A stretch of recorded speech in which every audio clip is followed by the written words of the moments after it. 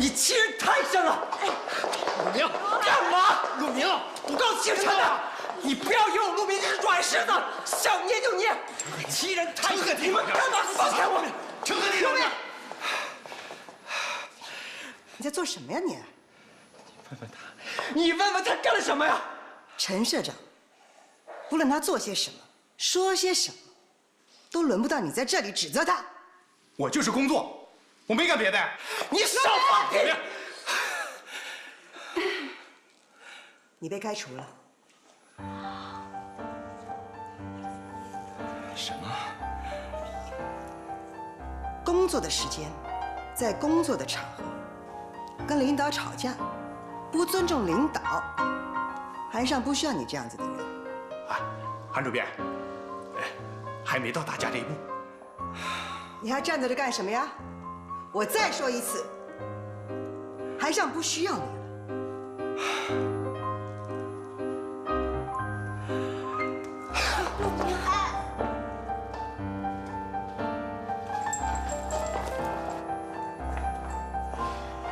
韩主编，这个处罚太严重了，干工作嘛，哪能没有摩擦呢？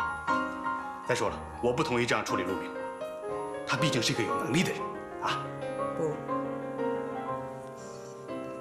我一定要有这个责任，来维护社长您的权威。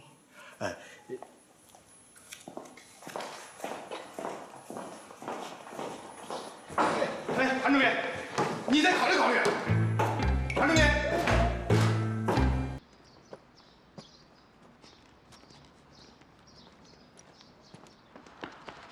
陆明，等等，陆明。哎，志田，什么事儿这么急呀？这一期的重磅推荐到底用哪个？这个还是这个？主编让我问邓玲，邓玲让我问你。邓玲这个死女人，我前天就告诉她了。就那个。真的要走了？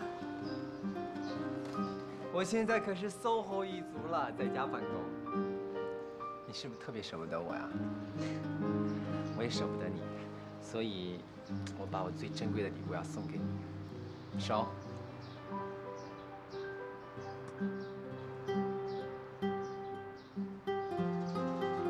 我对你的信任，我很看好你哦。加油，加油，加油！回去吧。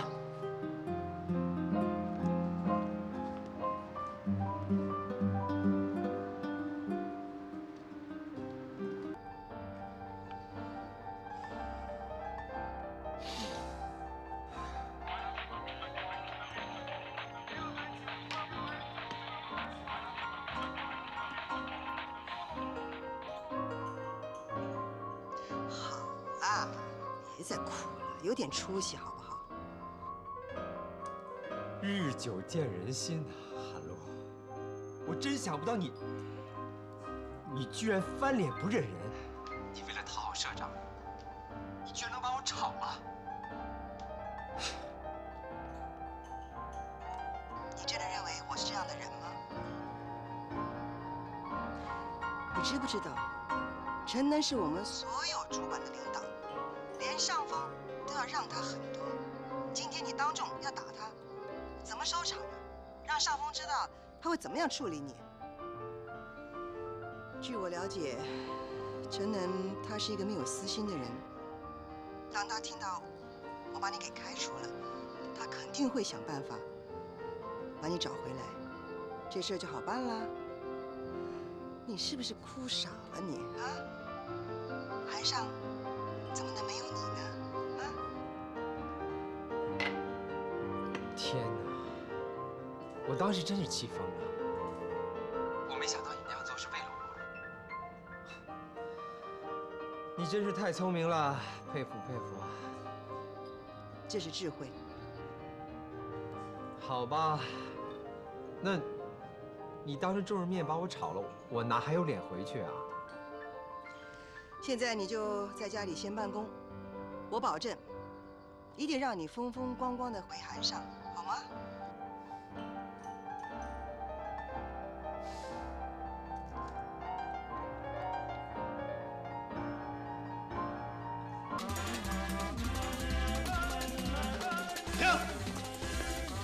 间到，停止打卡。哎，陈社长，9点10分之内打卡都不算迟到的。晚了10分钟还不叫迟到啊？按1分钟能打60个字，1分钟能按60下快门来算，10分钟能干多少事？是主编规定的。抽时间我得找韩主编谈谈了。啊，太好了，快差2分钟。哎，你迟到。下班以后挨个通知，所有迟到的人员我亲自给他上课，讲讲时间对人生的重要性。周田，不用再通知你了吧？主编，哎，主编，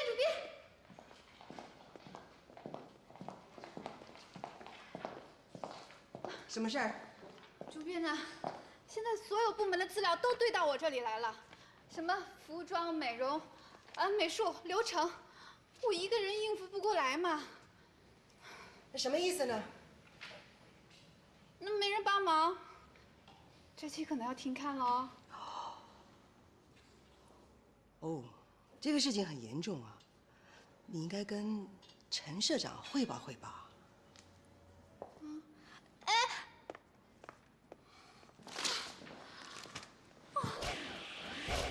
停刊？啊，说是停刊，其实是2期并1期。我们办的是月刊，不是双月刊。我有办法。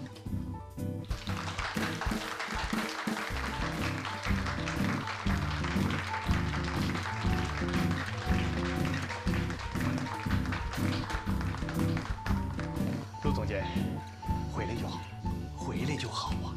哈哈，韩上不能没有你。当初韩主编做这个决定，我就是100个不同意的。大家都是成年人，一切以工作为重啊，工作为重，请啊。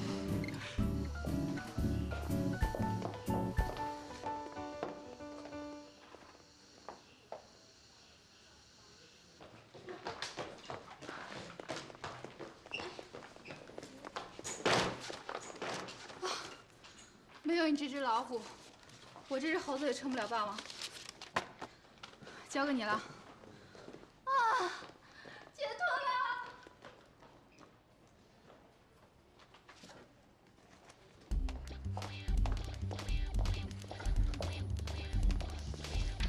邓主任，有几篇稿子，我想跟你商榷商榷啊。是，陈社长，请讲。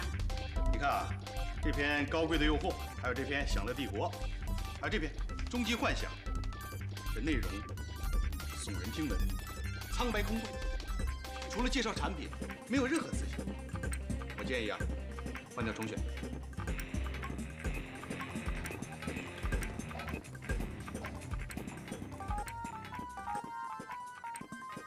是谁把稿子交给陈社长了？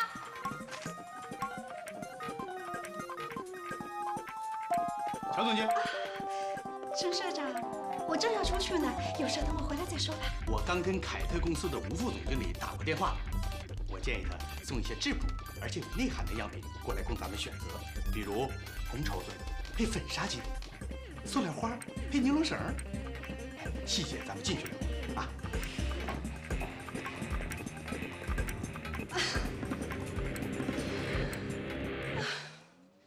哎呀，他从我那儿调了好几个编辑去写韩尚的发展史，韩尚才创刊几个月嘛，到写史的时候了嘛。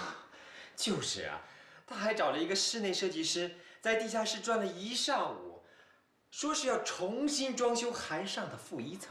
他还给几个重要的客户打了电话，说韩尚这个周末要举办一期什么广告与良心的讲座。这位陈社长，他自己已经编写了下一期的卷首语，标题呢就叫做“让高级时装走进乡村”。主编大人呐，可不能再由着他胡来了。我当然不会让这样子的卷首语面试了。但是，在陈社长还没有离开韩上之前呢，在座的各位，你们要在不受他的影响、不受他的左右之下，继续的工作，继续的忍耐，然后在忍耐之余，发挥你们各自潜在的能力，把干扰降到最低。